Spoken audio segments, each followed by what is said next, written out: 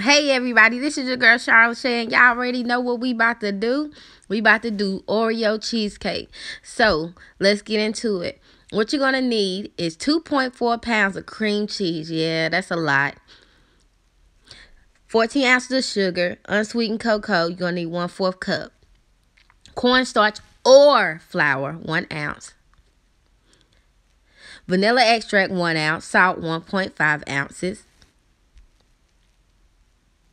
Eggs, you're going to need 8 ounces. Egg yolks, you're going to need 3 ounces. Heavy cream, 4 ounces. And milk, 2 ounces.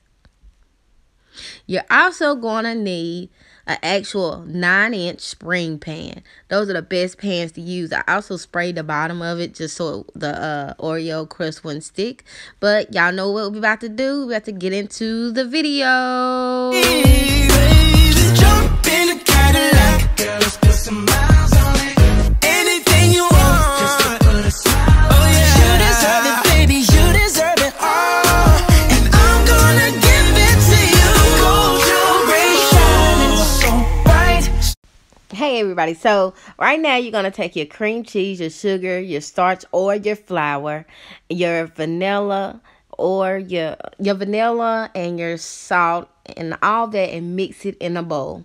As you see, I've already put everything in a bowl now, and I also added my milk and my heavy cream to it.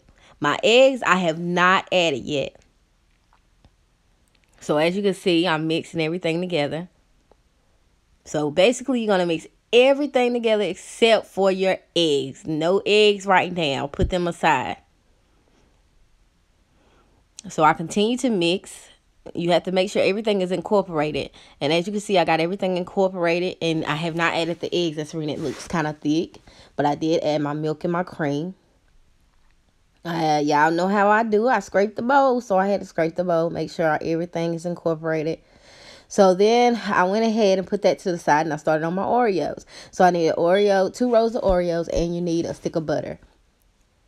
So I went ahead and I grinded up my Oreos. You can use a bag, a sandwich bag if you want to, and just crush them with your with something. But I actually had bought this little thing, and it's small, but it works really well.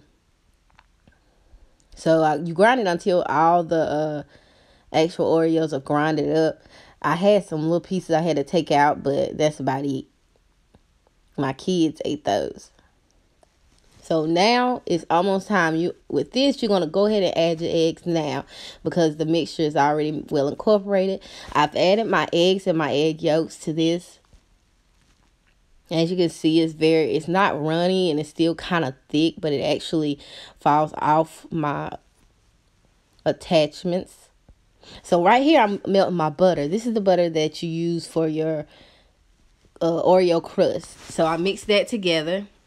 Once I have melted it, and then I start to put it in my pan. And what I use a measuring cup to press down instead of my fingers. You can use your fingers, but it was still a little warm, so I didn't do that. So I suggest you go ahead and use something else or put you some gloves on and go to work. So I took it and put it in my spring pan. I had already put some Bake Easy in the bottom. You know I love to use Bake Easy, so I put that in the bottom so my crust wouldn't actually stick. And then I put it in the oven for about 10 to 15 minutes just so it could set. So once I got finished with that, I took it out, set it on top of some aluminum foil that I had out.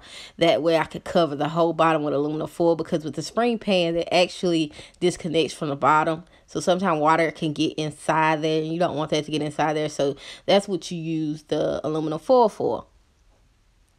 So I took my spring pan and put it in the middle of the aluminum foil, and I took and I lifted up each sides of my foil to cover the sides. The good thing about a spring pan, you can actually put a cake round around on the bottom of the spring pan and use that also. That way you can just lift it out. But this way works also. So once that was done, so right now we're ready to actually go ahead and get ready to put the inside, the actual filling in it. And the filling I had sitting aside. I had already added everything to it. So Now we're getting ready to put my filling in. I'm kind of making sure that my aluminum foil covers all sides. You don't want it to not cover its sides. You can also use other types of crust, like a shortbread or any kind of crust, but I decided to use this because we're doing an Oreo cake, cheesecake. So you have to make sure that you actually, I put the bake easy on the bottom, that way it won't stick. And also, when you're pouring this in, as you can see, the consistency of it, you have to make sure that consistency is the same. So you're going to go ahead and you put it in a water bath in a pan for 350 degrees, and you make sure that you cook it until set. And then, as you can see, I'm moving the middle of it to make sure it's actually done. It still has to wiggle, and so whenever I did that, it was wiggling. So I made sure it cooled all the way, and I took it out the pan. And when I took it out, you can leave it like this. It's completely good, just like this.